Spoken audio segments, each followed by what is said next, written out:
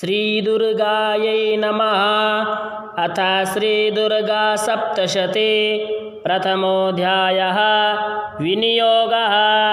ॐ प्रथमचरित्रस्य ब्रह्मा ऋषिः, महाकाली देवता, गायत्री छन्दः, नन्दाशक्तिः,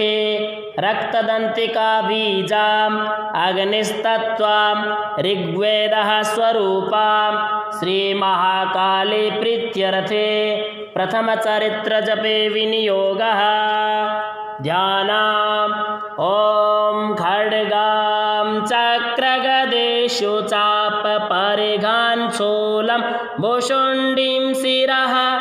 शङ्खान् सन्दधतीं करैस्त्रिनयनां सर्वाङ्गभूषावृतां नीलास्मद्युतिमास्य पाददशकां सेवे महाकालिकां यामास्तौत्स्वपिते हरौ कमलजो हन्तुं मधुं कैटभाम्। ॐ नमः चण्डिकायै। ॐ ऐं मार्कण्डेय उवाच। सावर्णिः सूर्यतनयो यो मनुः कथ्यतेष्टमः निशामय तदुत्पत्तिं विस्तराद्गदतो मम महामायानुभावेन यथा मन्वन्तराधिपः स बभूव महाभागः सावर्णिस्तनयो रवेः स्वारोचिषेन्तरे पूर्वं चैत्रवंशसमुद्भवः सुरतो नाम राजाभूत् समस्ते क्षितिमण्डले तस्य पालयतः सम्यक् प्रजः पुत्राणि वौरसान् बभूवुः शत्रवो भूपाः कोलाविध्वंसिनस्तदा तस्य तैरभवद्युद्ध मतिप्रबलदण्डिनः न्यूनैरपि सतैर्युद्धे कोलाविध्वंसिभिर्जितः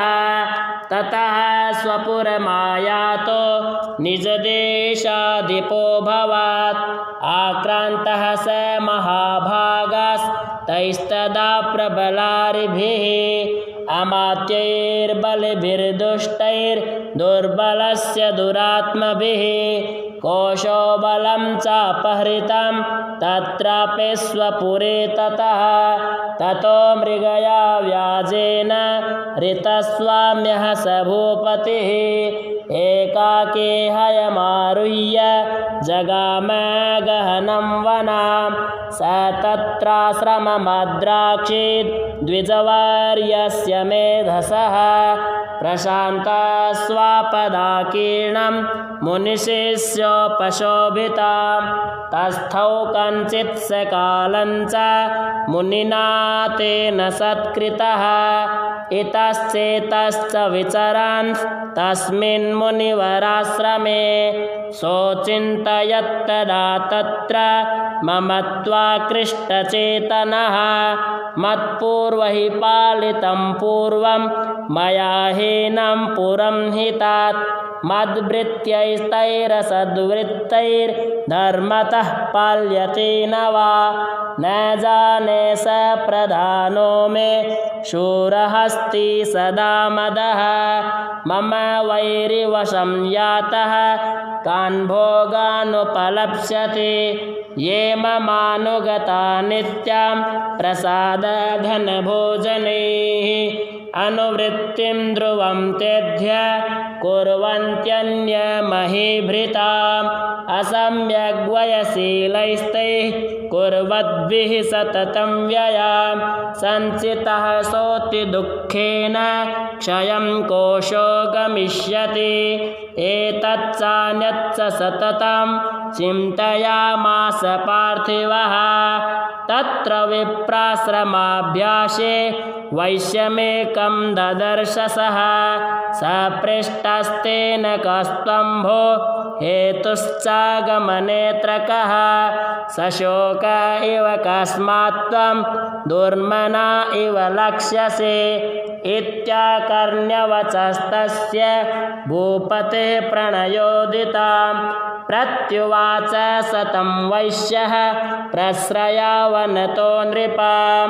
वैश्य उवाच समाधिर्नाम वैश्योः मुत्पन्नो धनिनां कुले पुत्रदारैर्निरस्तश्च धनलोभादसाधुभिः विहीनश्च धनैर्दारैः पुत्रैरादाय मेधनाम् वनमव्यागतो दुःखी निरस्तश्चाप्तबन्धुभिः सोऽहं न वेद्मि पुत्राणां कुशलात्मिकां प्रवृत्तिं स्वजनानां च दाराणां चात्र संस्थितः किन्नु तेषां गृहे क्षेममक्षेमं किं नु साम्प्रतां कथन्ते किं नु सद्वृत्ता दुर्वृत्तः किन्नु मे सुताः राजोवाच यैर्निरस्तो भवाल्लुब्धै पुत्रदारादिभिर्धनै तेषु किं भवतः स्नेहमनुबाध्नाति मानसां वैश्य उवाच एवमेतद्यथा प्राह भवानस्मद्गतं वचः किं करोमि न बध्नाति मम निष्ठुरतां मनः यै सन्त्यज्य पितृस्नेहं धनलोब्धैर्निराकृतः पतिस्वजनहार्दं च हार्दिते स्वेव मे मनः किमेतन्नाभिजानामि जानन्नपि महामते यत्प्रेमा प्रवणं चित्तं विगुणेष्वपि बन्धुषु तेषां कृते मे निःश्वासो दौर्मनस्यञ्च जायते करोमि किं यन्न मनस्तेष्वप्रीतिषु निष्ठुरां मार्कण्डेय उवाच ततस्तौ सहितौ विप्र तं मुनिं समुपस्थितौ समाधिर्नाम वैश्योऽसौ स च पार्थिवसत्तमः कृत्वा तु तौ यथान्यायं यथार्हन्तेन संविदाम् उपविष्टौ कतः काश्चित् चक्रतुर्वैश्यपार्थिवौ राजोवाच भगवन्स्त्वामहं प्रष्टो मिच्छामेकं वदस्वतात् दुःखाय यन्मे मनसः स्वचित्तायत्ततं विना मम त्वं गतराज्यस्य राज्याङ्गेष्वखिलेष्वपि जानतोऽपि यथाज्ञस्य किमेतन्मुनिसत्तमा अयं च निकृतः पुत्रैर्धारैर्भृत्यैस्तथोज्झितः स्वजनेन च सन्त्यक्तास्तेषु हार्दि तथाप्यति एवमेष तथाहं च द्वावप्यत्यन्तदुःखितौ दृष्टदोषेऽपि विषये मम त्वाकृष्टमानसौ तत्किमेतन्महाभाग यन्मोहो ज्ञानिनोरपि ममास्य च भवत्येष विवेकान्धस्य मूढता ऋषिरुवाच ज्ञानमस्ति समस्तस्य जन्तोर्विषयगोचरे विषयाश्च महाभाग याति चैवं पृथक् पृथक् दिवान्धः प्राणिनः केचिद्रात्रावन्धास्तथा परे केचिद्दिवा तथा रात्रौ प्राणिनस्तुल्यदृष्टयः ज्ञानिनो मनुजः सत्यं किन्तु ते न हि केवलं यतो हि ज्ञानिनः सर्वे पशुपक्षी मृगादयः ज्ञानं च तन्मनुष्याणां यत्तेषां मृगपक्षिणां मनुष्याणां च यत्तेषां तुल्यमन्यत्तथोभयो ज्ञानेऽपि सति पश्यैतान् पतङ्गान् चावचञ्चुषु कणमोक्षादृतान् मोहात् पीड्यमानानपि क्षुधा मानुषा मनुजव्याघ्र साभिलाषः सुतान् प्रति लोभात् प्रत्युपकाराय नन्वेतान् किन्न पश्यसि तथापि ममता वर्ते मोहगर्ते निपातिताः महामाया प्रभावेण संसारस्थितिकारिणा तन्नात्र विस्मयः कार्यो योगनिद्रा जगत्पतेः महामाया हरिस्सैषा तया सम्मोह्यते जगत् ज्ञानिनामपि चेतांसि देवी भगवती सा बलादाकृष्य मोहाय महामाया प्रयच्छति तया विसृज्यते विश्वं जगदेतच्चराचरां सैषा प्रसन्ना वरदा नृणां भवति मुक्तये सा विद्या परमा मुक्तिर्हेतुभूता सनातनी संसारबन्धहेतुश्च सैव सर्वेश्वरेश्वरी राजोवाच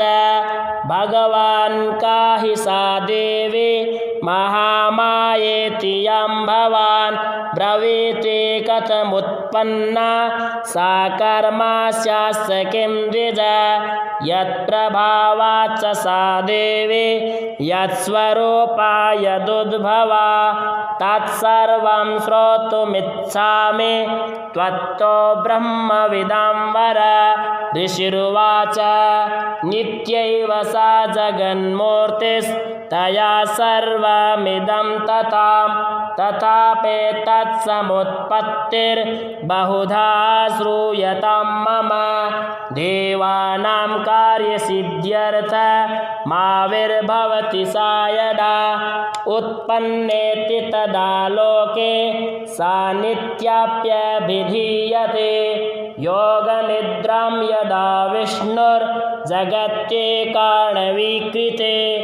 आस्तीर्यशेषमभजत् कल्पान्ते भगवान् प्रभुः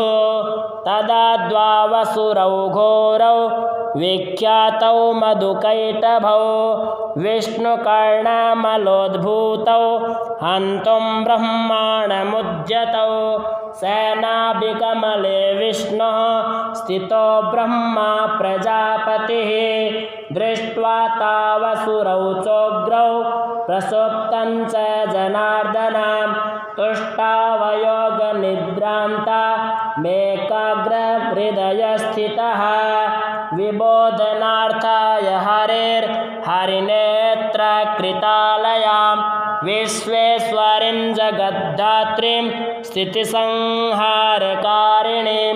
निद्रां भगवतीं विष्णो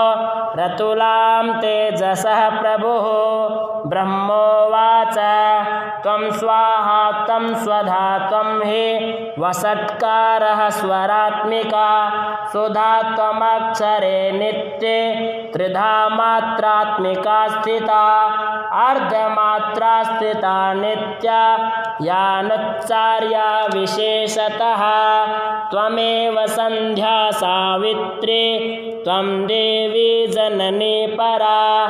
त्वयैतद्धार्यते विश्वं त्वयैतत्सृज्यते जगत् त्वयैतत्पाल्यते देवी त्वमत्स्यन्ते च सर्वदा विसृष्टौ सृष्टिरूपा त्वं स्थितिरूपा च पालने तथा संवृत्तिरूपान्ते जगतोऽस्य जगन्मये महाविद्या महामाया महामेधा महास्मृतिः महामोहा च भवति महादेवी महासुरी प्रकृतिस्तं च सर्वस्य गुणत्रय विभाविनी कालरात्रिर्महारात्रिर्मोहरात्रिश्च दारुणा त्वं श्रीस्त्वमीश्वरी त्वं ह्रीस्त्वं बुद्धिर्बोधलक्षणा लज्जा पुष्टिस्तथा तुष्टिस्त्वं शान्तिः क्षान्तिरेव च खड्गिनी शूलिनी घोरा गदिनी चक्रिणी तथा शङ्खिनी चापिनी बाण भुषुण्डी परिघायुधा सौम्या सौम्यतरा शेष सौम्येऽस्त्वति सुन्दरी परापराणं परमा त्वमेव परमेश्वरी यच्च किञ्चित् क्वचिद्वस्तु सदसद्वाखिलात्मिके तस्य सर्वस्य या शक्तिः सा त्वं किं स्तूयसे तदा यया त्वया जगत्स्रष्टा जगत्पात्यत्तियो जगात् सोऽपि निद्रावसंनीतः कस्त्वं स्तोतुमिहेश्वरः विष्णुः शरीरग्रहण महामीशान एव च कारितास्ते यतो तस्त्वां कः स्तोतुं शक्तिमान् भवेत् सा त्वमित्थं प्रभावैः स्वै रुदारैर्देवि संस्तुता मोहयेतौ दुराधर्षा वसुरौ मधुकैटभौ प्रबोधं च जगत्स्वामी नीयतामच्युतो लघो बोधश्च क्रियतामस्य हन्तुमेतौ महासुरौ ऋषिरुवाच एवं स्तुता तदा देवी तामसी तत्र वेधसा विष्णुः प्रबोधनार्थाय निहन्तुं मधुकैटभौ नेत्रस्य नासिका बाहो हृदयेभ्यस्तथोरसः निर्गम्य दर्शने तस्थौ ब्रह्मणो व्यक्तजन्मनः उत्तस्थौ च जगन्नाथस्तया मुक्तो जनार्दनः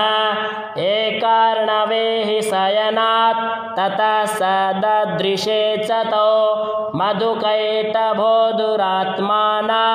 मतिवीर्यपराक्रमौ